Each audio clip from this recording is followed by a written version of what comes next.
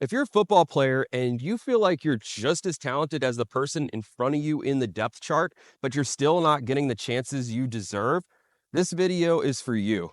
In this video, I'm going to tell you what you need to work on in order to climb the depth chart, what skills football players on the top of the depth chart have over the players in the second and third string of the depth chart, and ways that you can continuously upgrade your game so you can continue to climb the ladder and hold that starting spot.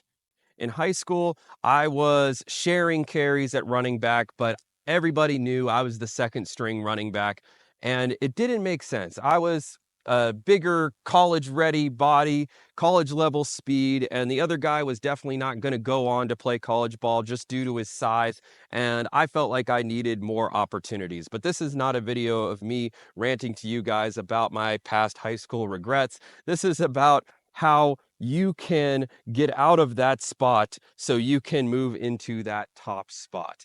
And so if you're a second or third stringer and you're trying to figure out how to break through and show your coaches that you have the potential that they don't see in you, this video is really hopefully going to help you out a lot.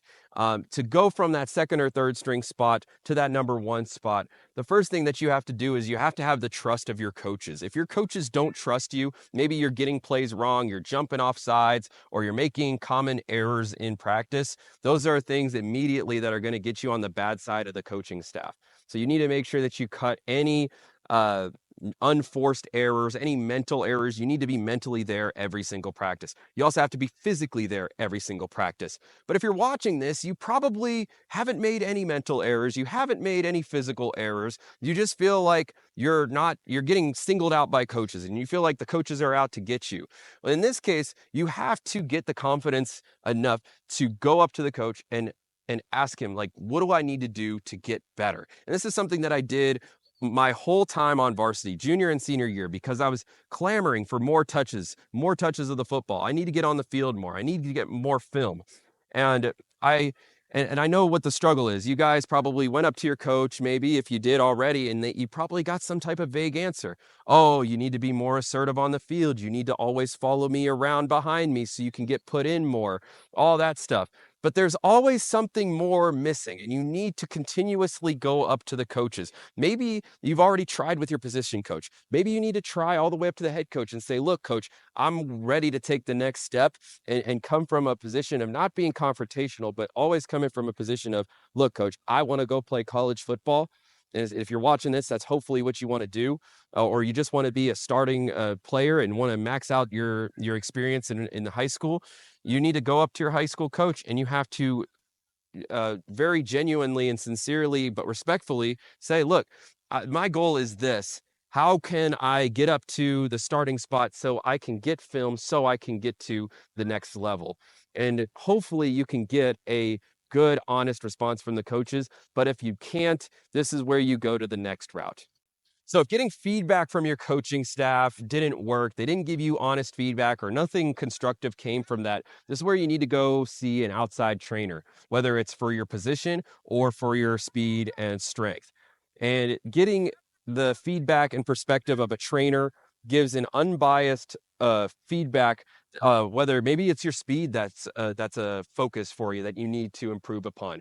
And on that note, I have a speed program that you guys should follow. It's personalized for you. Click the link in the description below if you're interested. But maybe you go to a receiver coach if you're a receiver, and your receiver coach realizes, wow, his breaks suck, his releases suck, and through a couple months of training, you really improve upon that. You're able to show the coaches, look, I'm putting the work in, I'm getting better, I'm building on the weaknesses that have shown up in my game.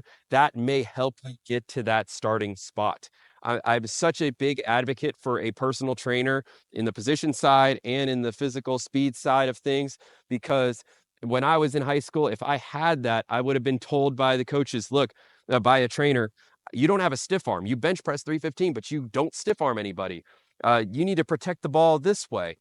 Just stuff that I could have been told on a personal level that I wasn't getting told by a position coach.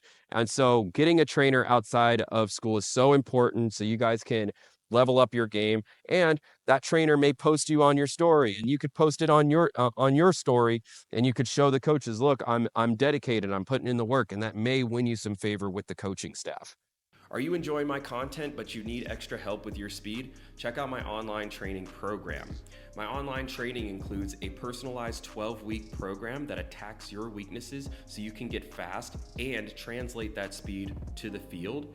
It also includes access to a software where you can test your speed using video analysis and get instant feedback on different aspects of your sprint so we know what your weaknesses are. It also gives you access to our app where you can see 250 plus videos demonstrating the drills and exercises included on your program. Check out the online training program by clicking in the description below, and let's get faster today. So you put in the work, you ask the coaches for feedback, you make your intentions known, you want to play at the next level. Now let's just say you're really close to getting that starting spot. What more do you need to do?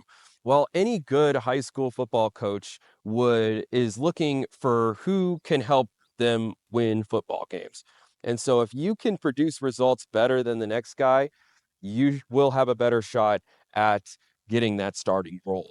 And so hopefully most high school coaches, and I know there's politics in high school football, you want to show that coach that you can produce at a higher level than the guy in front of you. And so odds are, if you can do that and you can display that on a daily basis in practice, you can bring a different level of physicality, you can bring a different level of consistency and reliability than the player in front of you, you will earn your spot. One of the best pieces of advice one of my coaches gave me back in high school was good things happen to good people. So if you're a reliable, trustworthy, good person that knows his stuff and is willing to do the work, your opportunity is going to come up one way or another. I've had guys who barely got any playing time in high school be able to go play college football because of good grades, reliability. They were a 3-time practice squad player of the year for their team. They worked hard and they got vouched for by coaches when college coaches would come onto campus looking to recruit people.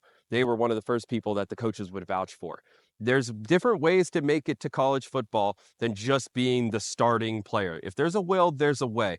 And I want you guys to understand that. If this video gave you some hope, gave you guys some motivation to get out there and put some work in, find some training, and attack your weaknesses, I'm glad. Make sure you guys subscribe, and let's get better today.